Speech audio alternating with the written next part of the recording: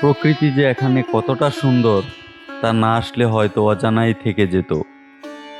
রাঙ্গামাটির রূপ দেখে আমি মুগ্ধ। সবেমাত্র সকালে সূর্যের আলো ফুটে উঠছে। রাঙ্গামাটি শহরের তীরে কর্ণফুলী নদীর উপর সেতুতে চলে আসলাম। বন্ধুরা, আমি এই মুহূর্তে আছি রাঙ্গামাটি শহরে। এখানে দুটি ব্রিজ পাশাপাশি রয়েছে, নদীর উপরে পাহাড়গুলো দেখা যাচ্ছে।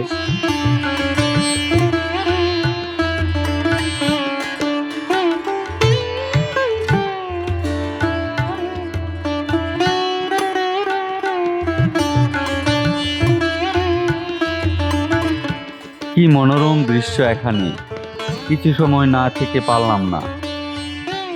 পাহাড়ের বাজে বাজে জমে থাকা মেঘের ভেলা, নদীর দ্বীপে উপজাতিদের বাড়িগুলোর সৌন্দর্য, যে কেউ দৃশ্য না দেখে থাকতে পারবে না।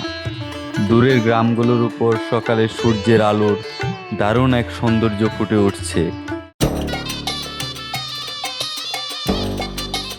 এবার যাচ্ছি পাহাড়ি চাকমাদের গ্রামে, তুলে ধরব তাদের দৈনন্দিন জীবন ব্যবস্থা।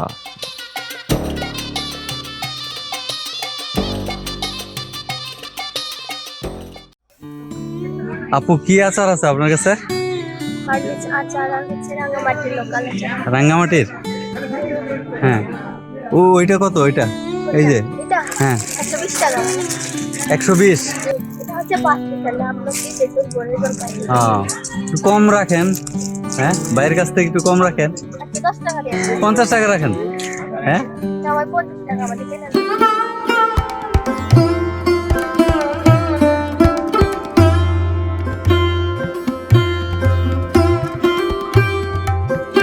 মেয়েটির কাছ থেকে এক প্যাকেট আচার কিনে নিলাম।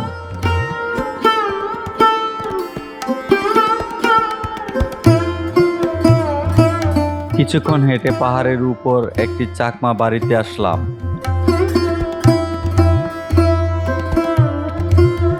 দুপুরে রান্নার প্রস্তুতি নিচ্ছে।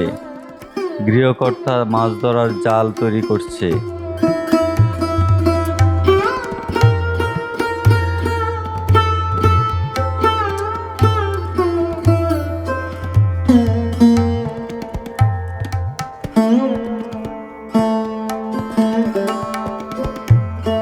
পাশে মেয়েটা শামুক ধরে পরিষ্কার করছে। দুপুরে রান্না হবে। আমাকেও দুপুরে নিমন্ত্রণ করেছে।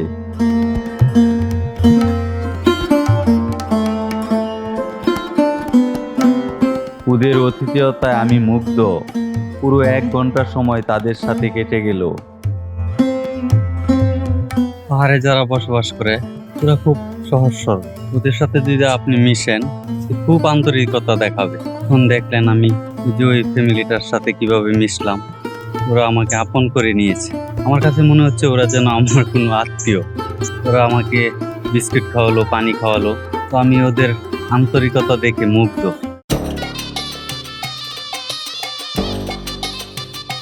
পাহাড়ি সিঁড়ি বেয়ে উপরে যেতেই চোখে পড়লো মাটির বাড়ি। এই বাড়ি দেখে আমার নিজের বাড়ির কথা মনে পড়ে গেল। আমাদের বাড়িও মাটির। দেখে বোঝার উপায় নেই, পাহাড়ের উঁচুতে এমন সুন্দর মাটির ঘর বাড়ি। এই গ্রামের অধিকাংশ বাড়ি চাকমা পরিবার। 2-1টা মুসলিম পরিবারের দেখা পেলাম। ও মাসি, মাসি, আপনাদের বাড়ি ঘরগুলো খুব ভালো লাগতেছে। এলাকাটা সুন্দর। ভালো লাগলে দামে উঠবে, অসুবিধা কি? ভালো লাগলে দামে উঠবে। আমরা তো পরিষ্কার জায়গা থাকে। হ্যাঁ, পরিষ্কার জায়গা, এই তো। হ্যাঁ,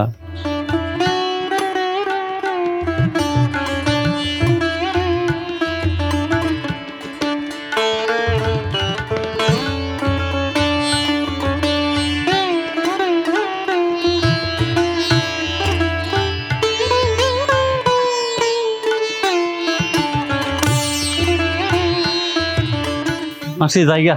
আচ্ছা, ভালো থাকেন। হ্যাঁ, আসেন আবার আসেন। আচ্ছা আচ্ছা।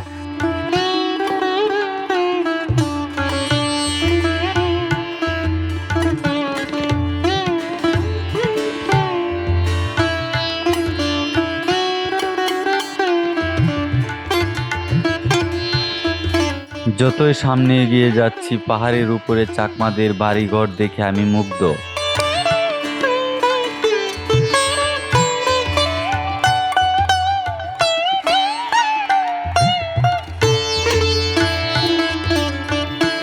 রাঙামাটির রূপের কথা অনেক শুনেছি, আজ নিজ চোখে দেখছি।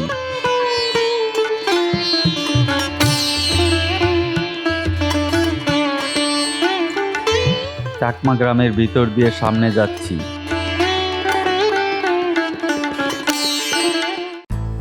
এখানকার নদী ডুবার পানি স্বচ্ছ নীল।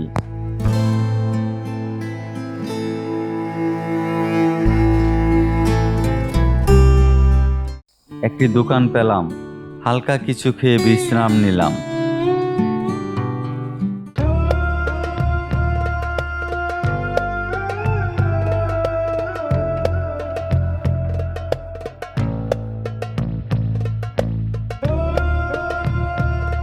কর্ণফুলী নদীর নীল পানি আর পাহাড়ের যে কি সৌন্দর্য, আমার মনে হচ্ছে কোনো এক শিল্পীর ছবি দেখছি।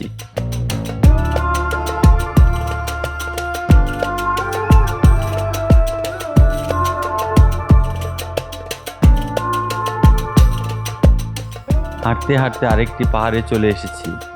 এখানেও মাটির ঘর, অনেকগুলো বাড়ি দেখা যাচ্ছে।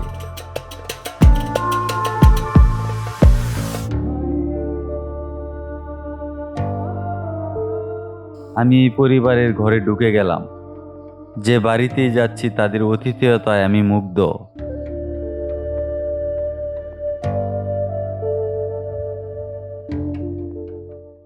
আর রাঙ্গামাটিতে দেখেন প্রাকৃতিক হাওয়াটাকে এত সুন্দর, দেখেন না এত সুন্দর লাগে, জিনিসটা দেখতেও ইয়ে লাগে, এনজয় লাগে।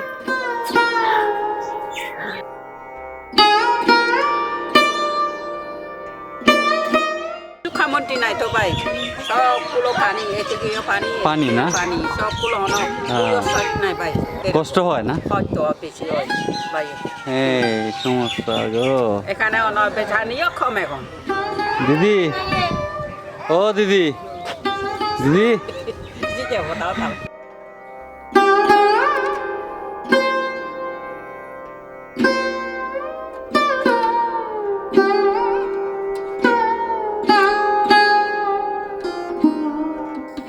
বাড়িগুলোর সামনে তাকালে দূরের পাহাড়, নদীর জলরাশি আর সৌন্দর্য, তা থেকে চোখ ফেরানো যাচ্ছে না।